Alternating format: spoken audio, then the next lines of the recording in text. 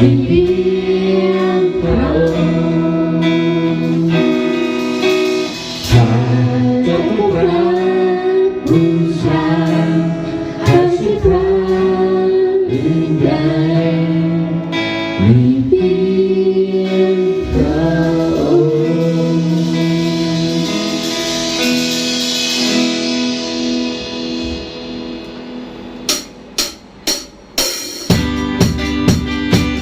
ข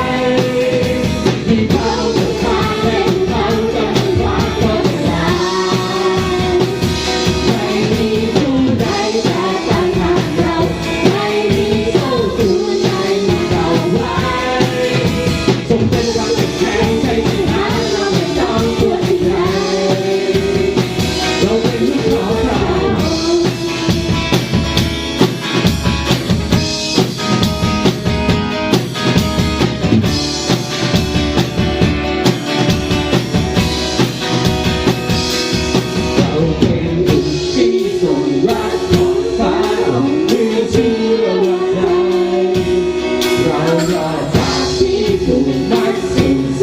รีภาพเราเป็นสุขที่สมบัติของเราด้วยเชื่อวางใจเรารอดจากที่ถูกมัดสิ้นเสรีภาพไม่มีผู้ใดจะต้านทานเราไม่มีผู้ใดจะต้านเราไว้มีเขาเชื่อทางและเขาจะมาคว้าเราได้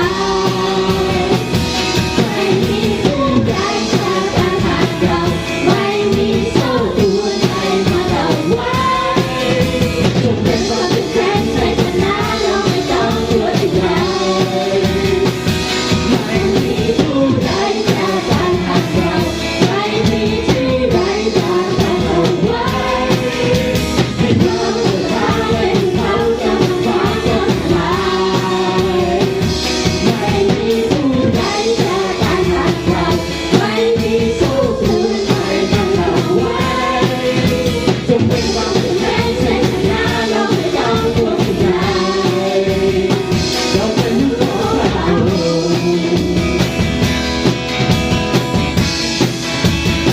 ไม่มีผู้ใดต้านทานโอ้โห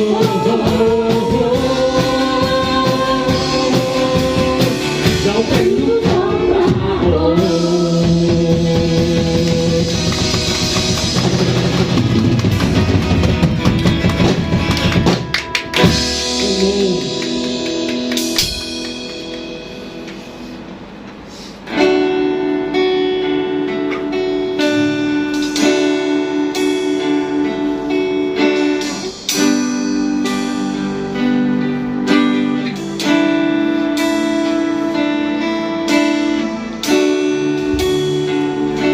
เดินให้เป็นให้ฉันมี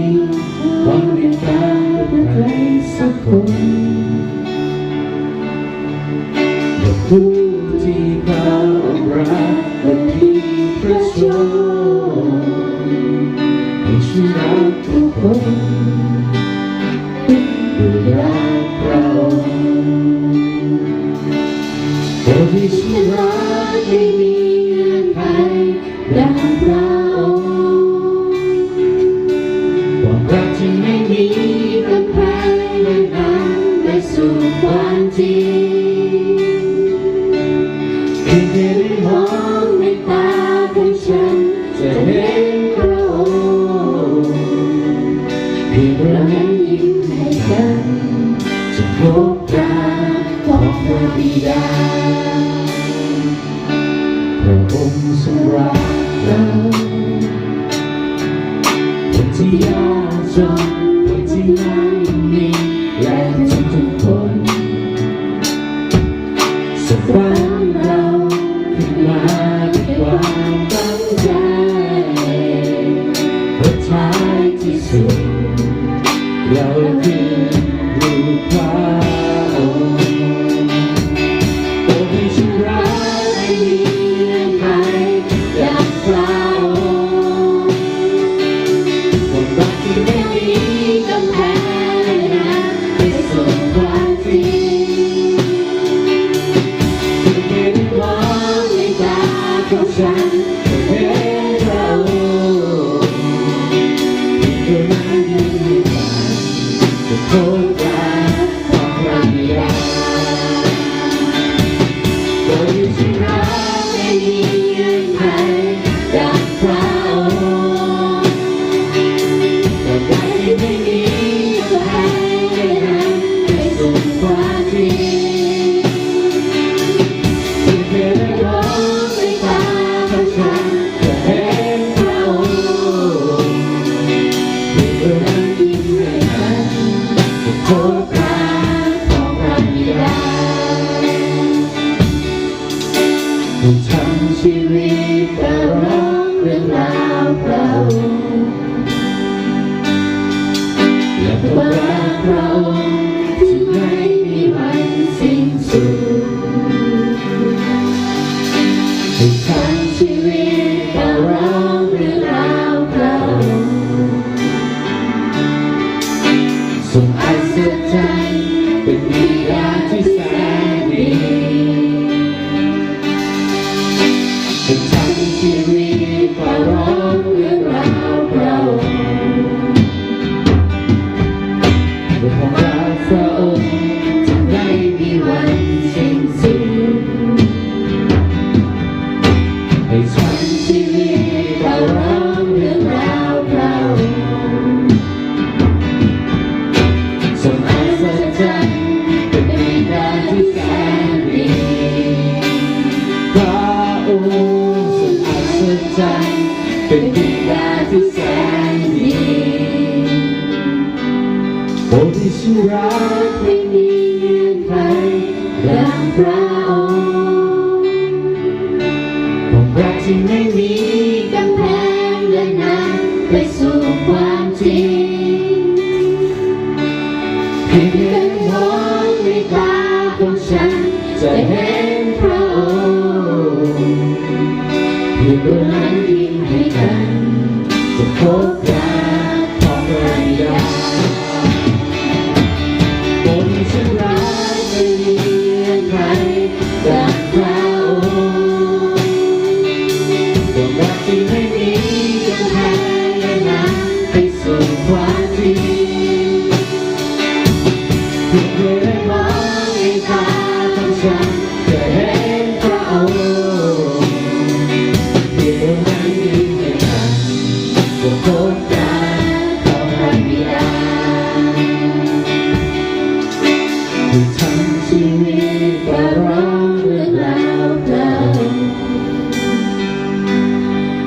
และผมรักพระองค์ที่ไม่มีวันสิ้นสุด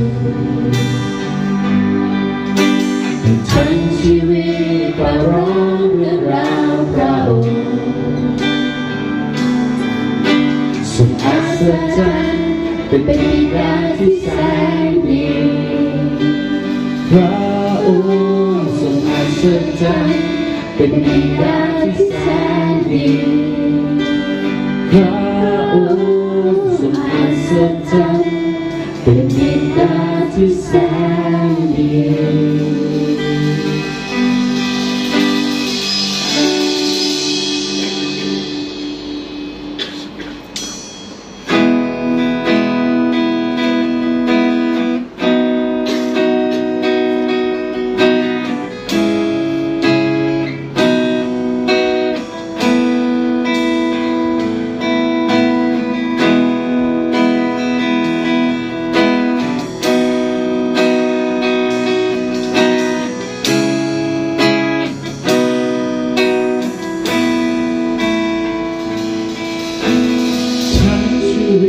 ที่มีของเรา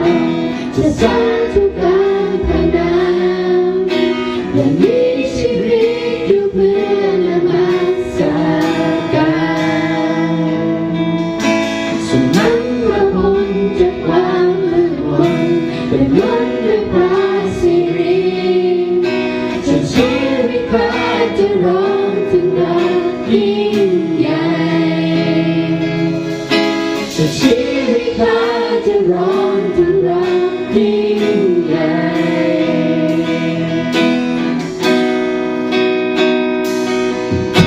อยากเห็นพระองค์ได้รับพระเกียรติเพื่อเราได้ชูพระนามอยากเห็นทุกคนทุกชนชาติต้องกราบลงพระองค์ผู้เดียวพระเยซูคริสต์ผู้ฟื้นใจ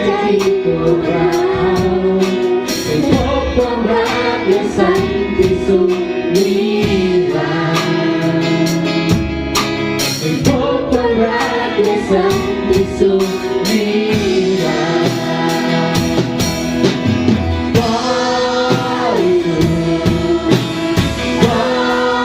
ริสุทธิ์บริสุทธิ์บริสุทธิ์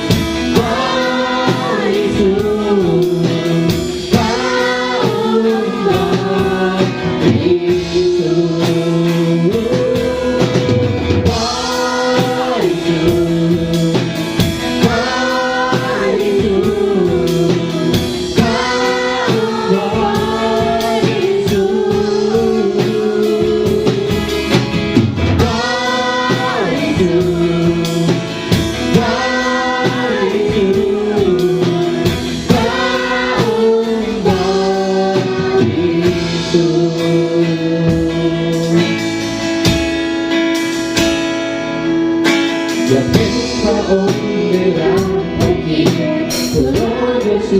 ประนามเห็นทุกคนทุกชนชาติคนกลางโลกพระองค์ผู้เดียวพระเยซูคริสต์ผู้ฟื้นใจที่โบราณพบความรักและสันติสุขนิรันดร์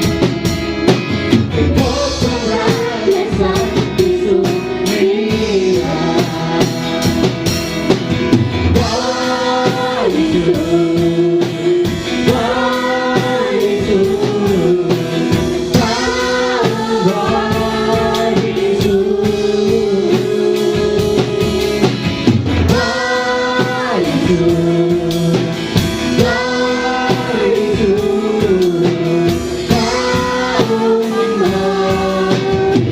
ร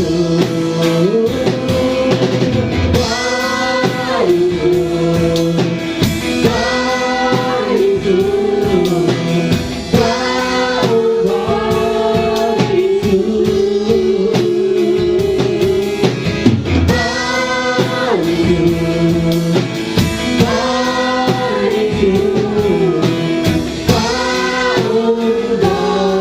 สุทธิ์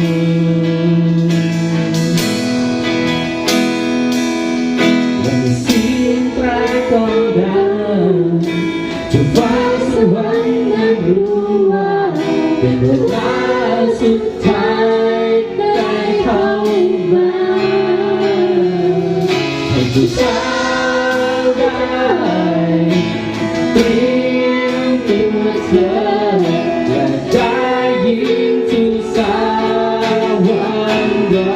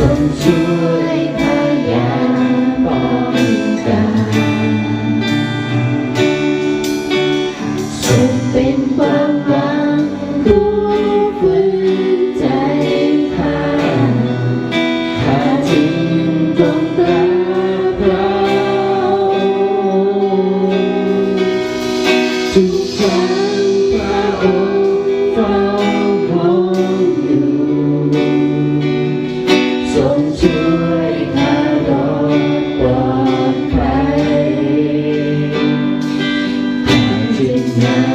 มัสการด้วยสุดใจ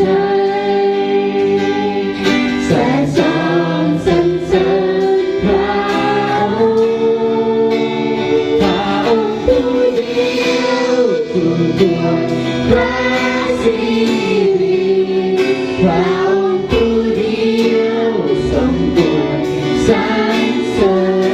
ญเรานามัสการเถิดทูลพระบิดาเราปรารถนาอยากชมพระพักพระองค์ผู้เดียวผู้ควรพระสิริพระองค์ผู้เดียวทรงควรสรรเสริญเพราะเรารักพระองค์เราจึงยกพระนามพระ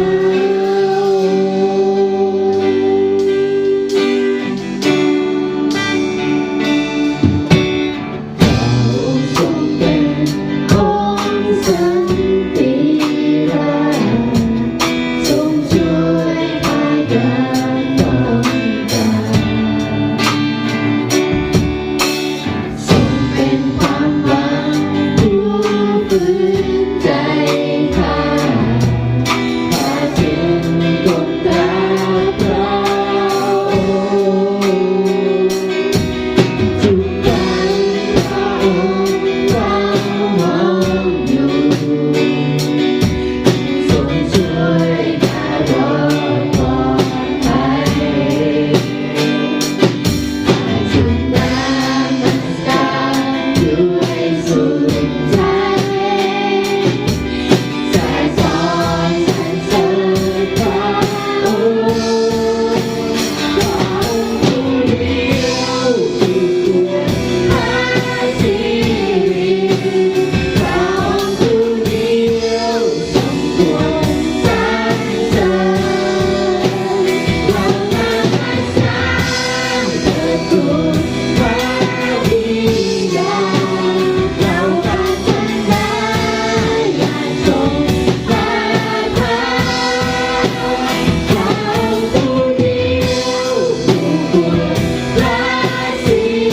ริพระองค์ผู้เดียวทรงควรสรรเสริ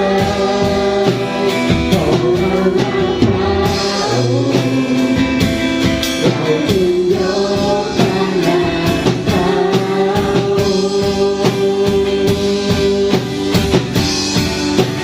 พระองค์ผู้เดียวผู้ควรพระสิริพระองค์ผู้เดียวทรงควรสรรเสริญเรานามัสการเถิดทูลพระบิดาเราปรารถนาอยากชมพระพักพระองค์ผู้เดียวผู้ควรพระสิริพระองค์ผู้เดียวทรงควรสรรเสริญเพราะเรารักพระองค์เราจึงยกพระนามพระองค์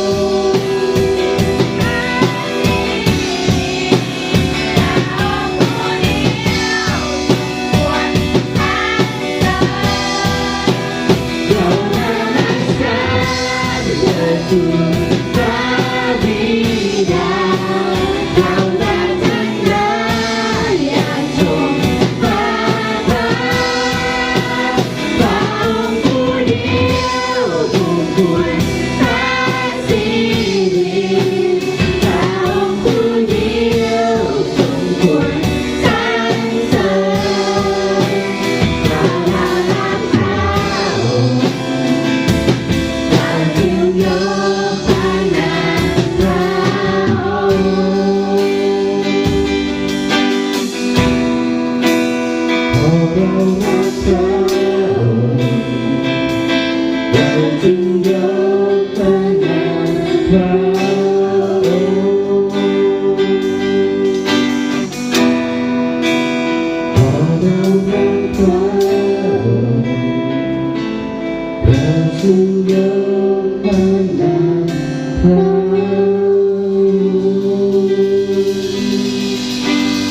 พระเจ้าสรรเสริญพระองค์สำหรับค่ำคืนแห่งการสรรเสริญพระเจ้าขอพระเจ้าได้ทรงโปรดอวยพรเราทั้งหลายทุกคนที่มีหัวใจในการที่จะรับใช้พระเจ้าในโอกาสนี้ที่จะรับพระพรที่มาจากพระองค์อย่างมากมายขอพระเจ้าทรงนำทางและสถิตท่ามกลางทั้งหลายทุกคนด้วยพระคุณที่สรรเสริญและขอบคุณพระองค์อธิษฐานในพระนามของพระมหาเยซูคริสต์เจ้าอาเมน